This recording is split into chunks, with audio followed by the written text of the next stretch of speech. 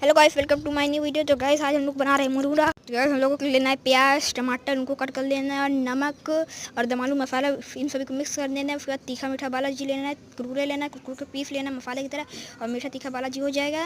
उसके बाद हम लोग को बालाजी मीठा वाला डालना है आराम से। उसके बाद फिर हम लोग तीखा वाला बालाजी डालेंगे, फिर जो कुरकुरे का हम लोगों ने पीसा है उसको डालेंगे।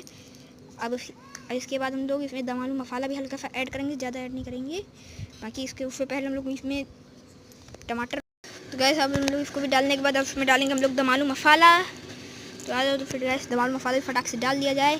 दम आलू मसाला डालने के बाद हम लोग इसको गैस मिक्स करेंगे। तो फिर चलो मिक्स करते हैं। मिक्स करो यार मेरे भाई, शुरू जाओ।